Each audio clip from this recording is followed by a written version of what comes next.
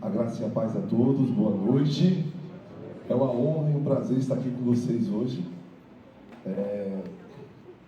Eu sempre que estou lá no Acre, na cidade de Rio Branco, acompanho as reuniões de Atletas de Cristo pela página do Instagram. As nossas reuniões, elas iniciam também às 20 horas, só que o Acre está a 2 horas a menos de Brasília. Então, quando lá são 8 horas, aqui para vocês são 10 horas. E é por isso que, com alegria, nós temos muitas pessoas de Curitiba e de outras regiões do país que participam das nossas reuniões virtuais. E louvo a Deus pela vida do Renato, louvo a Deus pela vida do Alexandre, louvo a Deus pela vida do meu irmão Hamilton, que há 4 meses saiu de Rio Branco, está morando aqui em Curitiba. Estão aqui hoje também a convite, já são de casa também.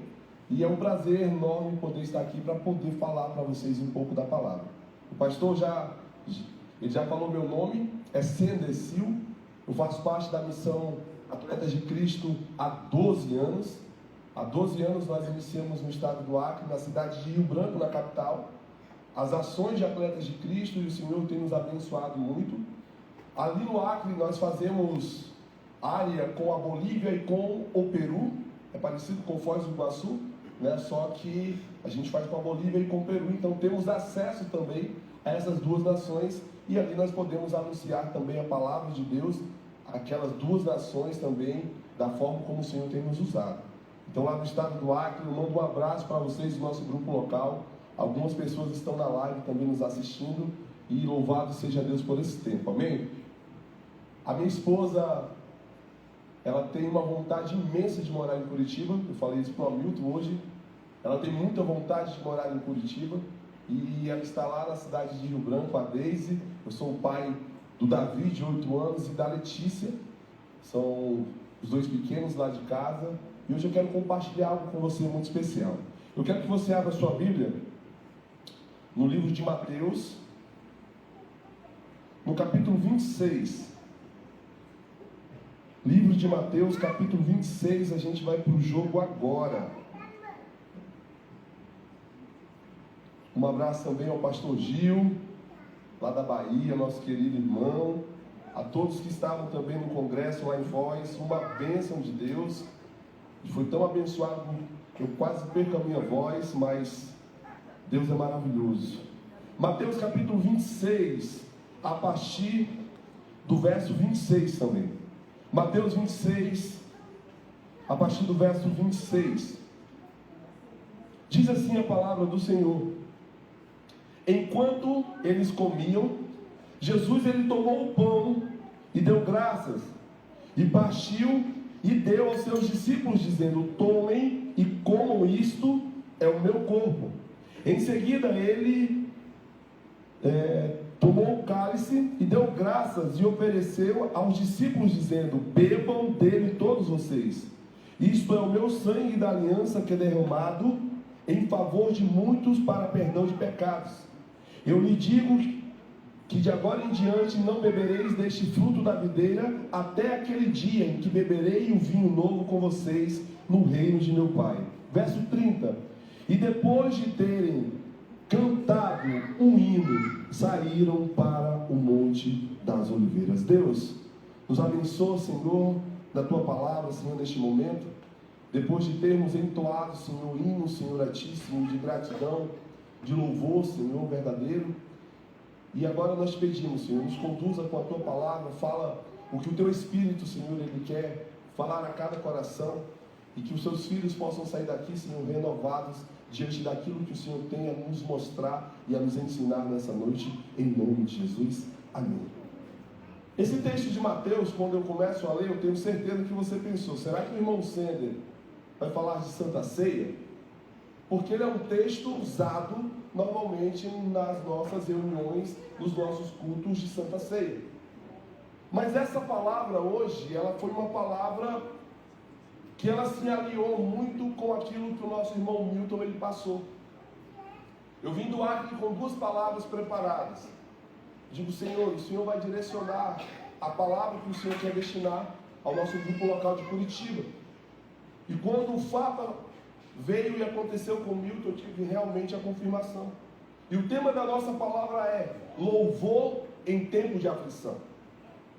Louvor em tempo de aflição. No momento que a gente faz a leitura de Mateus capítulo 26, nós percebemos que estamos diante de uma cena maravilhosa, de uma cena onde todos os discípulos de Jesus estão presentes, que é a Santa Ceia. Naquele momento, Jesus está reunido com os seus discípulos, só que aquilo que Jesus realiza naquele local é tudo novo. Jesus está ali, na verdade, para fazer a celebração da Páscoa. Se você for ler um pouco antes, você vai ver que Jesus fala para os discípulos: olha, saiam agora, vão atrás de uma casa para a gente fazer a nossa noite especial. Vamos celebrar a Páscoa neste momento. Os discípulos saem, encontram uma casa e eles preparam todo o cenáculo para aquele momento. E nesse momento, Jesus está reunido com os discípulos, só que os discípulos, eles olham e falam: nossa, tem pão, que é isso? Não, mas tem vinho, que é isso? Há algo novo, há algo que é deixado por Jesus simbolicamente naquele momento, que é muito novo. Jesus, ele dá algumas instruções aos discípulos daquilo que simbolizava o pão, daquilo que simbolizava o vinho. Jerusalém, naquela época, estava cheia de pessoas, porque as pessoas estavam naquele momento celebrando a Páscoa, a grande vitória que Deus ele deu ao seu povo. Então Jerusalém estava naquele momento cheia de pessoas buscando a Deus em comunhão, e Jesus e os seus discípulos estavam também fazendo isso. Só que algo vai me chamar a atenção nesse texto. Algo que às vezes pode passar ou não despercebido. Mas a Bíblia fala no verso de número 30 do capítulo 26 de Mateus, que depois de terem ceiado, Jesus ele cantou um hino e ele foi para o Monte das Oliveiras. E quando eu li essa palavra e buscando direção do Espírito Santo, eu perguntei, eu falei: Senhor, o que o Senhor cantou neste momento? A Bíblia fala que Jesus reúne todos os discípulos, eles cantam um hino, e depois de celebrar aquele hino, ele vai para o Monte das Oliveiras. Mas o que foi que Jesus ele louvou neste momento? A canção, de que forma eles entoaram aquele hino. E nós precisamos entender uma coisa: a Páscoa, ela era uma festividade celebrada, e existia no tempo da Páscoa, da comemoração da Páscoa, uma forma de hinos que eram cantados geralmente pelas famílias, e era chamado de Halel. O Halel era do Salmo 113 ao Salmo 118. Na parte da manhã, as famílias se reuniam e elas cantavam do Salmo 113 e o 114. No período da noite, quando eles estavam celebrando, eles entoavam o hino do 115 ao 118. Neste exato momento, Jesus está celebrando um hino. Jesus está nesse momento cantando um louvor. Ele poderia estar cantando nesse momento o Salmo 115, o 116, 117 e o 118, mas eu não sei em qual momento Jesus ele cantou, qual foi a canção, qual foi o salmo que ele neste momento adorou a Deus. Mas a pergunta que eu tenho nesta noite a fazer a você, e aquilo que eu falei para o meu Deus, eu digo: Senhor, se eu for pensar, porque eu já conheço a história, depois que o Senhor canta um hino, o Senhor se despede dos seus discípulos. O Senhor vai para o Monte das Oliveiras, o Senhor vai para o Getsemane. No Getsemane, a Bíblia fala que Jesus sofria tanto que o suor dele era um suor de sangue, não era um suor líquido, de tanta opressão. Jesus ora ao Pai dizendo: Senhor, se for a tua vontade, passa de mim esse cálice, mas faz a tua vontade. Jesus é preso. Jesus é levado a um julgamento por pessoas que queriam simplesmente matá-lo. Jesus é levado a um julgamento onde as pessoas escolhem um bárbaro, um homem assassino, e elas querem ver Jesus morto. Nós conhecemos a palavra porque a palavra fala que é colocado sobre o nosso rei uma coroa de espinhos. Nós conhecemos a palavra porque esse Deus a qual nós servimos na forma de Cristo, ele foi chicoteado, o seu corpo foi dilacerado, ele teve que carregar uma cruz que não era dele, mas que era minha, que era sua, eram os nossos pecados. E ele carregou aquilo.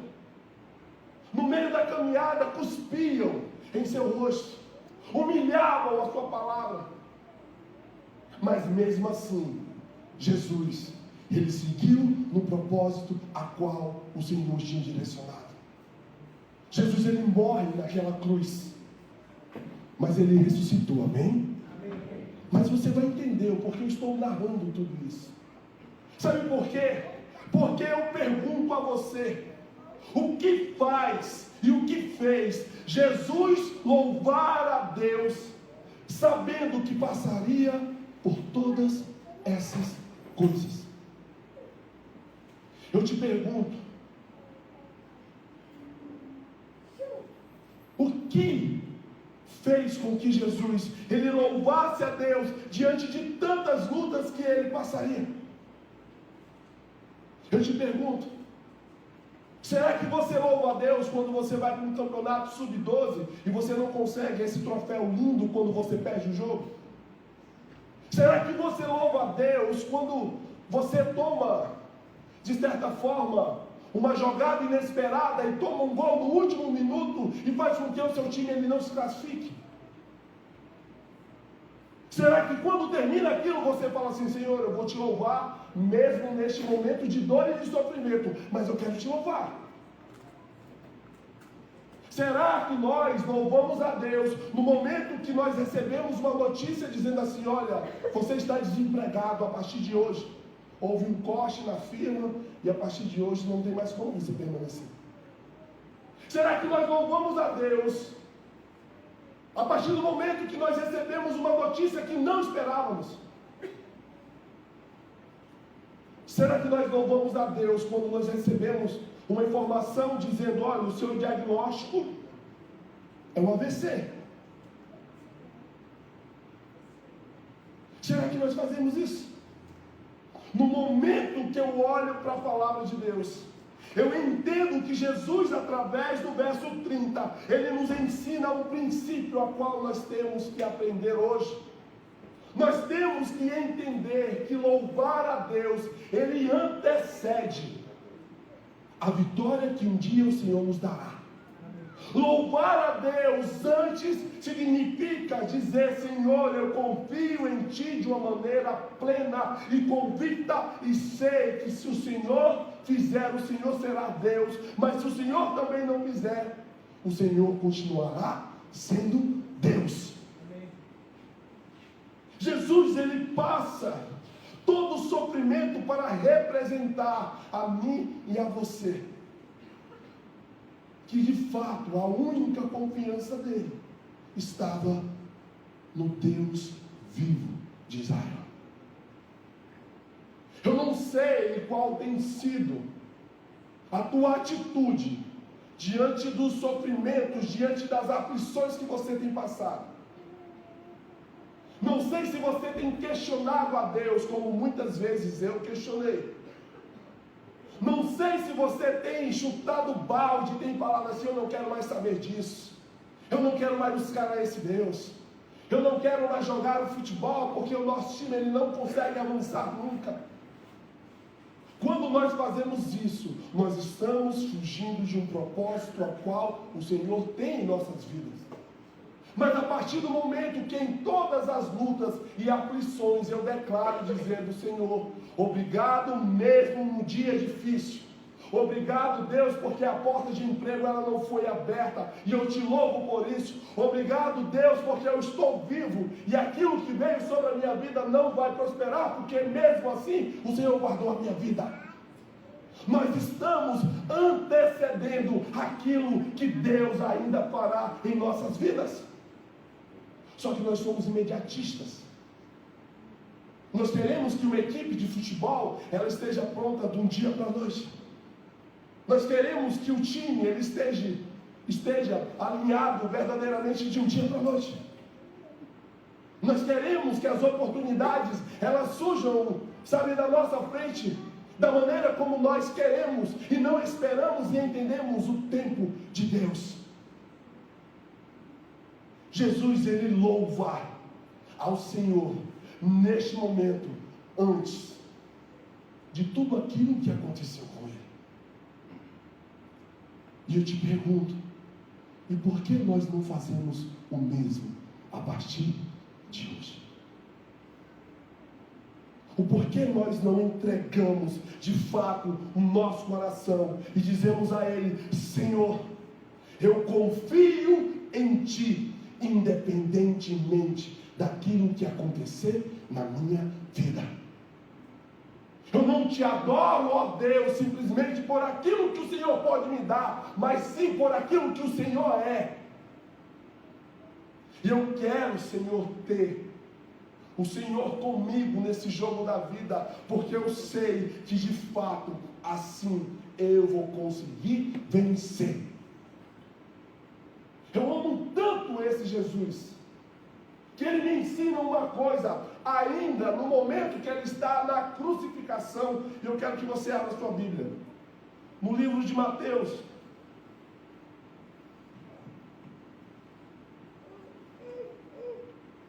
No livro de Marcos, perdão.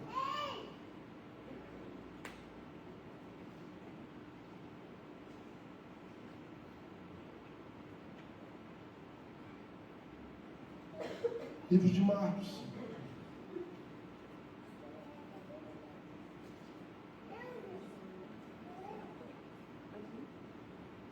Vou achar aqui outro versículo. Vou falar para você antes de ler, para ficar mais fácil. Abra o Salmo 22, perdão, abre o Salmo 22 para mim. Perdão, porque se eu for fazer a leitura vai atrasar um pouquinho. O Salmo 22. Você lembra da passagem bíblica, aonde Jesus, no ato da crucificação, Jesus, ele olha para o céu, e ele fala assim: meu Deus, por que me desamparaste? Em algumas versões ainda falam: meu Deus, por que me abandonaste? Você lembra dessa passagem? E todas as vezes que eu lia essa passagem, eu ficava pensando, falava: nossa, Jesus aqui ele está questionando a Deus, dizendo que Deus o desamparou nesse momento. E quando nós assistimos filmes falando sobre Jesus, essa é uma cena que foca muito no rosto de Cristo e mostra ele dizendo: Deus meu, por que me abandonaste? Mas você sabe o que Jesus está fazendo neste ato? Jesus está louvando a Deus no meio da sua maior aflição. O Salmo 22, ele diz assim: meu Deus, por que me abandonaste? Jesus está no ato da crucificação, louvando e recitando aquilo que diz o Salmo 22. Por que estás tão longe de salvar-me? E tão longe dos meus gritos de angústia? Meu Deus, eu clamo de dia, mas não me responde, de noite não recebo alívio. Tu, porém, és santo, és rei, é o louvor de Israel. Em ti os nossos antepassados, eles puseram a sua confiança e confiaram, e o Senhor os livraste. Jesus está antecedendo a sua morte, dizendo: Senhor, eu confio em Ti, e eu sei que aquilo que o Senhor está fazendo na minha vida, existe um propósito, e é por isso que o nosso Deus, o nosso Cristo, Ele ressuscita ao terceiro dia, e Ele está em nosso meio, e Ele está aguardando o momento final de voltar e buscar os seus. Mas nós precisamos entender que quando eu questiono a Deus, de fato eu estou me afastando da presença dEle. O que o Senhor Ele quer que você entenda nesta noite, nesta reunião, é que o teu louvor, no tempo de dificuldade, ele tem que ser um louvor direcionado unicamente a Deus. Ele tem que ser um louvor, uma adoração, onde você coloque realmente Jesus como centro da sua vontade. E como aquele que pode fazer infinitamente mais na tua vida do que aquilo que você mesmo pensa. O seu louvor tem que ser único, direcionado àquele que de fato pode todas as coisas. E você? Você louva a Deus no teu tempo de angústia? Ou você questiona a Deus?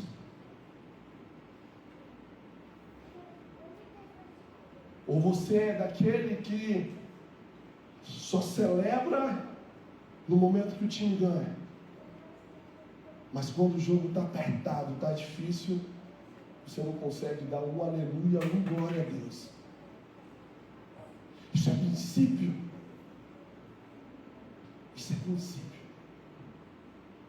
Então nesta noite eu quero que você entenda, diante desta palavra, que se o Senhor Jesus deixou este exemplo na sua palavra, é para que eu e você sigamos. Eu não sei qual a canção, não sei qual a forma como Jesus louvou, mas eu quero que nessa noite você feche os seus olhos aonde você está. Eu quero que você reflita diante de tudo isso que nós falamos.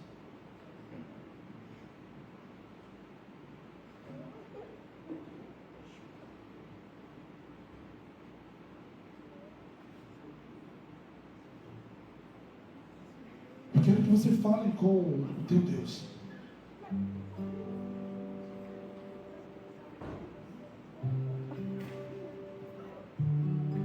Quero que nesse momento, em oração ao teu Deus, você converse com Ele. Se for necessário pedir perdão e falar: Senhor, eu não tenho te louvado no meio das minhas lutas, das minhas dificuldades. Muito pelo contrário, Deus, eu tenho questionado. Mas hoje, Senhor, a partir de agora, eu quero simplesmente te louvar e bendizer o teu nome.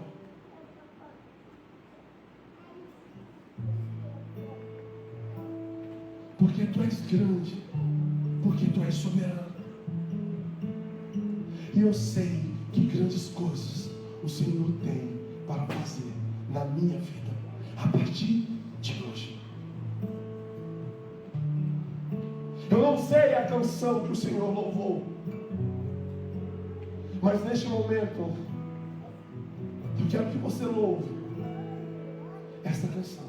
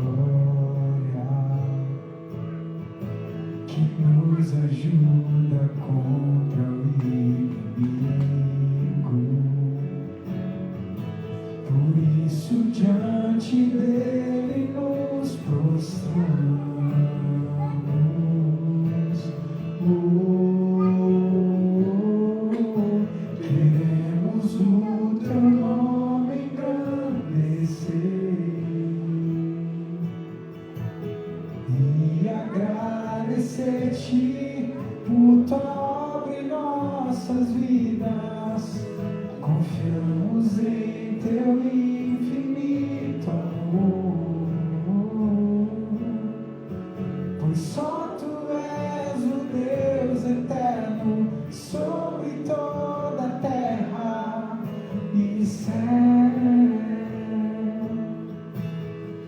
Senhor, nós queremos te louvar, Senhor. No tempo oportuno, no tempo bom, no tempo agradável, no tempo que tudo vai bem. Mas a partir de hoje, Senhor, nós queremos também te louvar no tempo das nossas dificuldades, das nossas lutas, porque nós queremos anteceder, Senhor, aquilo que o Senhor fará em nossas vidas, porque sabemos que aqueles que confiam em Ti, Senhor, eles permanecerão firmes, Senhor. E o Senhor é aquele que não retrocede na sua palavra. O Senhor é aquele que ama os seus filhos, aqueles que se prostram, aqueles que se dobram, aqueles que te adoram, aqueles que em espírito e em verdade, Senhor, se colocam diante de Ti. Aqui Deus está, Senhor, os Teus atletas, jovens, adolescentes, Senhor, crianças, pais, mães, Senhor, tios, tias, Senhor, avós, Senhor. Senhor, faça, Senhor, eles compreenderem, Senhor, que a estratégia de louvar agrada, Senhor, o Teu coração. E agradando, ó Deus, o Teu coração, de fato, o Senhor é aquele que olha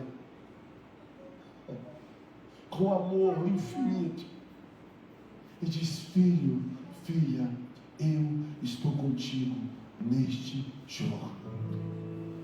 Obrigado, Espírito Santo de Deus, por nos conduzir, Senhor. Obrigado, Senhor, por falar conosco diante de tantas coisas que temos passado, Senhor. O Senhor nos ensina a te louvarmos e a confiarmos em Ti, a não perdermos a confiança daquele que tem todas as estratégias para esse jogo da vida. Nós confiamos, Senhor, unicamente em Ti, Senhor, porque Tu és grande, porque Tu és poderoso, porque, Senhor, a Tua misericórdia, Senhor, ela é infinita, Senhor, e ela nos alcança nesta noite.